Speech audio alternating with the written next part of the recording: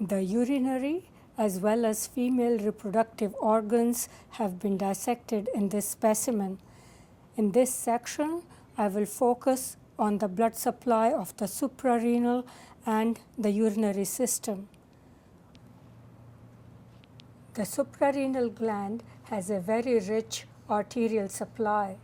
The arteries supplying the suprarenal are branches directly from the aorta, some from the renal artery, and branches which also come from the inferior phrenic. The veins draining the suprarenal gland differ on the two sides. On the left side, the main suprarenal vein drains into the left renal, whereas on the right side, the suprarenal vein drains directly into the inferior vena cava. The structures at the hilum of the kidney are identical to the ones in the male. They are the renal vein, the renal artery, and the pelvis of the ureter. By the way, this here is the left ovarian vein as it is draining into the left renal. This is the right ovarian artery. The left ovarian artery has been torn, but they both come from the abdominal aorta. This is the inferior mesenteric artery. Two of its branches coming out here and here, that is the left colic and the sigmoidal, have been removed. What we are seeing traversing down this way into the pelvis is the superior rectal artery accompanied by the superior rectal vein. Note the bifurcation of the aorta into the two common iliacs. The common iliac, as we trace it, divides into two, the external iliac there and the internal iliac. This is the ureter as it is crossing into the pelvic brim at the bifurcation of the common iliac. As we trace the ureter further down into the bladder, it's closely related to the uterine artery. This, by the way, is the uterus, and the uterine artery, which you cannot see in this specimen, goes to supply the uterus. Remember, water always runs under the bridge. Here, the bridge is formed by the uterine artery, and that's a relationship to be remembered because it is significant during surgeries to remove the uterus and tie off the uterine artery. At this point, the ureter is crossed over by the ovarian vessels.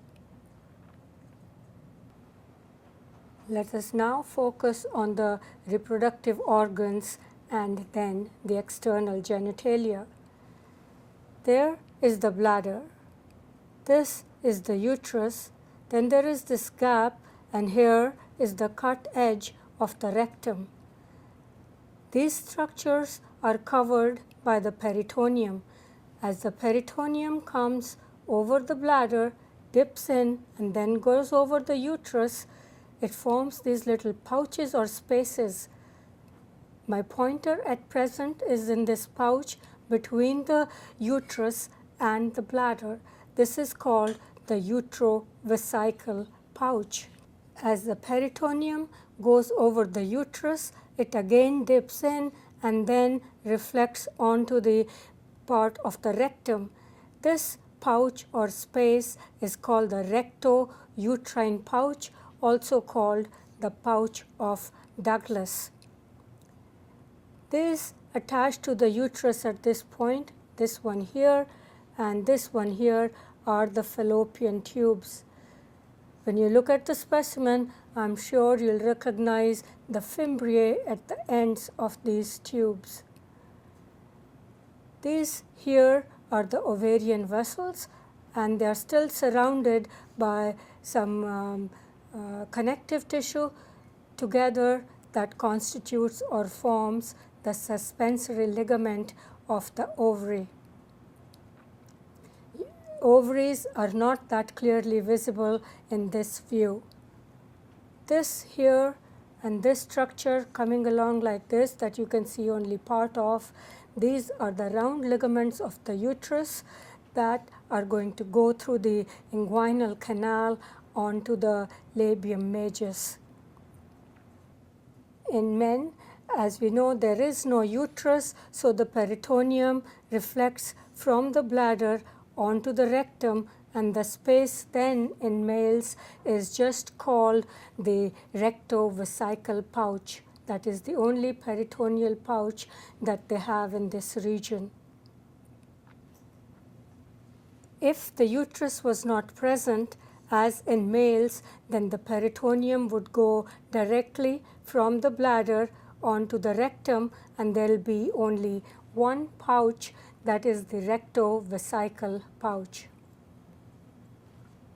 In this lateral view of the specimen, note the bladder, the rectum. This is part of the levator ani or the pelvic diaphragm. This is the external anal sphincter. This is the bulb of the vestibule. That's part of the edge, but this is the crus of the clitoris as it comes up to join with the other one to form the clitoris at that point. This is the edge of the labia majora. Looking at the female external genitalia, this is the labium majus, the labium minus. Here is the clitoris. This space between the labia minora is the vestibule. This is the external anal orifice. Located here is the perineal body. It is a fibrofatty tissue which is better felt than seen. It is the meeting place of many of the perineal muscles, including the deep and the superficial transverse perineal, the one covering the bulb of the vestibule, the bulbospongiosus, the external anal sphincter. In this specimen, here is the uterus. This is the uterovesical pouch. Here is the bladder. This almond-shaped structure here that I am holding is the ovary, and connecting the ovary to the uterus is the ligament of the ovary. Attaching here to the uterus is the fallopian tube, and this part of the uterus which lies above the entry of the fallopian tube is called the fundus of the uterus. Right here is the round ligament of the uterus seen through the broad ligament.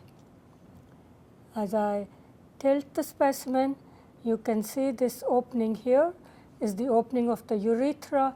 This white structure or whitish structure seen is the catheter that was in place in the urethra. Tilting further, this is the opening of the vagina, and inside you can see the cervix. This black stuff sticking out of the cervical opening or the cervical os is the polyp.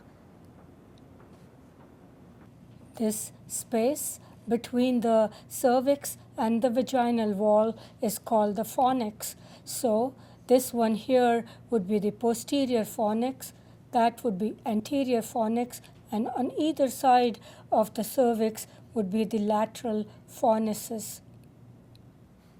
This is a female bony pelvis.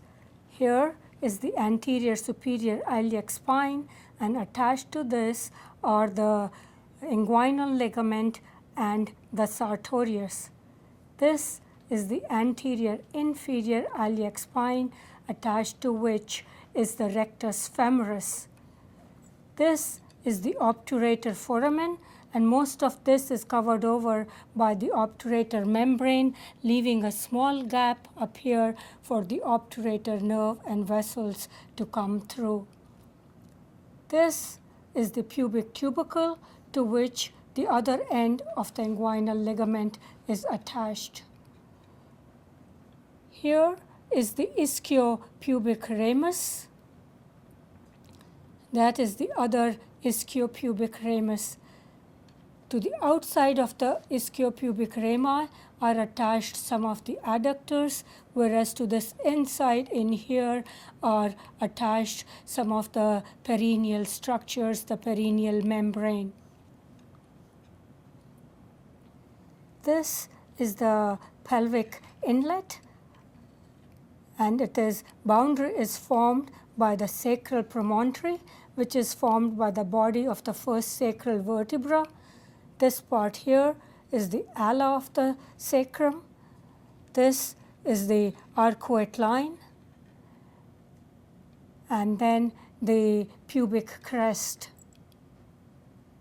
These here are the sacral foramina, which correspond to the intervertebral foramen in the other vertebrae.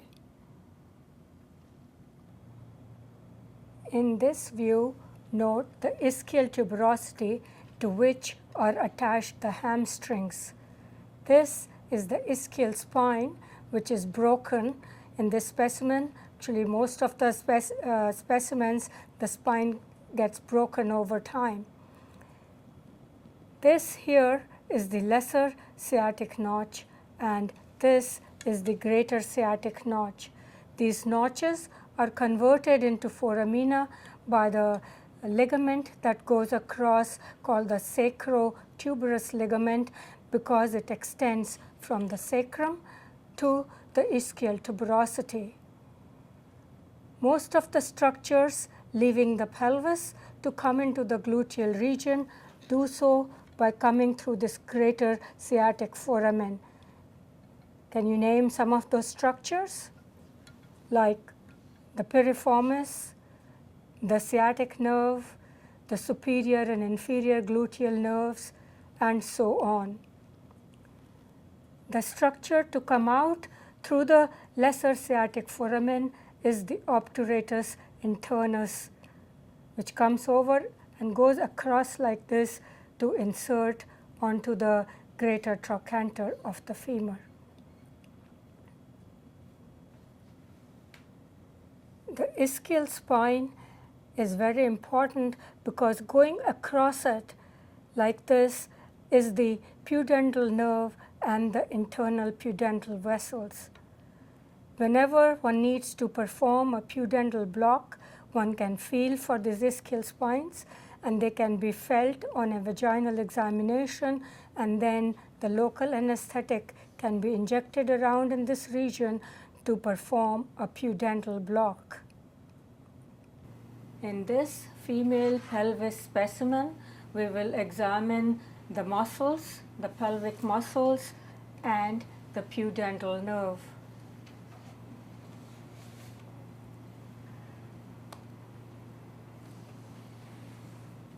For orientation, that's the pubic symphysis. I'm running the pointer on the inguinal ligament.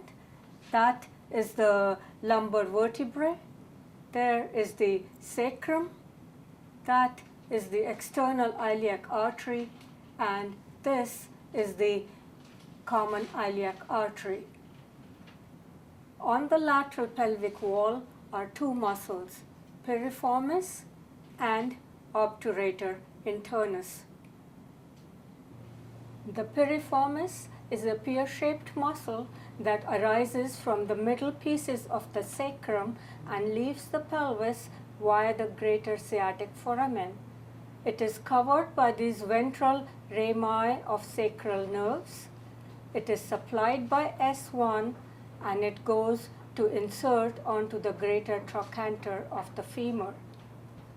The obturator internus arises from the membrane covering the obturator foramen as well as the surrounding bones.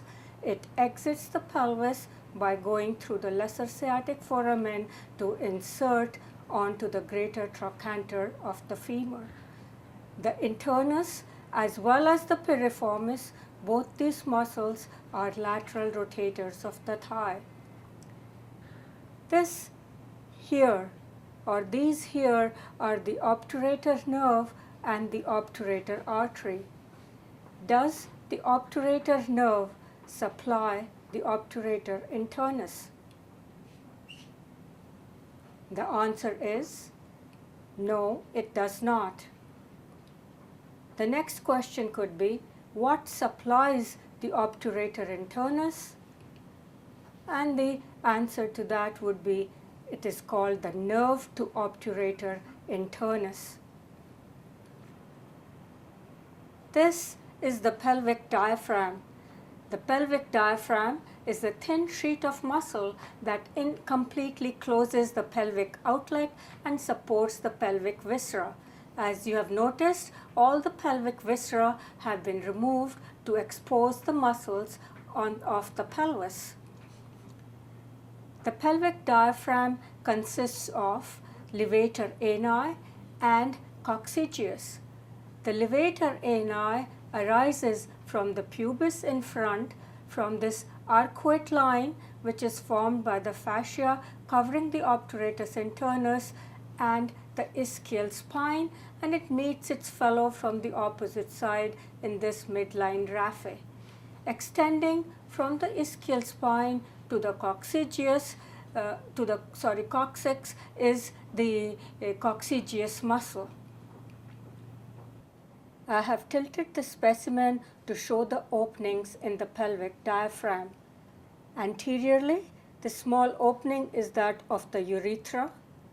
In the middle is the vaginal opening, and posteriorly is the opening of the anal canal.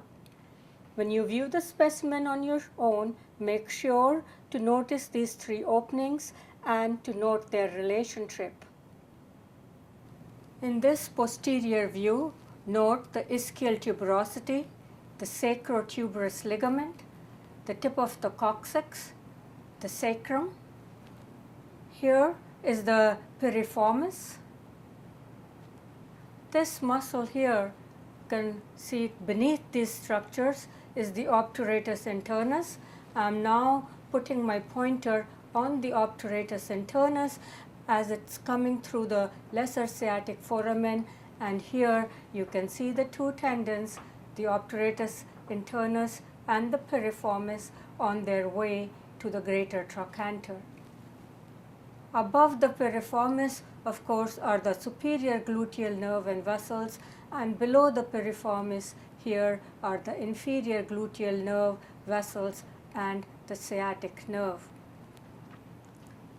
This here is the pelvic diaphragm or the levator ani, and this wedge-shaped space between the levator ani on the medial side and the obturator internus on the lateral side is called the ischiorectal fossa. The space is generally filled with fat, which was removed to expose these muscles, and provides as a dead space for expansion during defecation. Another nerve coming out through the greater sciatic foramen is the pudendal nerve that is kind of hidden by these other vessels here. As it comes out of the greater sciatic foramen, it lies over the ischial spine, and then it comes along or enters this space which is called the pudendal canal or the Alcock's canal. Before the nerve enters the canal, at this point here, it gives a branch which goes across like this to supply the external anal sphincter, and that is the inferior rectal nerve. On this side, you can see the inferior rectal nerve as well as the inferior rectal artery. On this side, the both have been removed. The inferior rectal artery is a branch of the internal pudendal, which is a branch of internal iliac, and the internal pudendal artery accompanies the pudendal nerve through the greater sciatic foramen and then through into the Alcock's canal or the pudendal canal. The other two branches of the pudendal nerve, which are the perineal branches and the dorsal nerve of the penis, would be seen in another specimen, and you can review it on your own.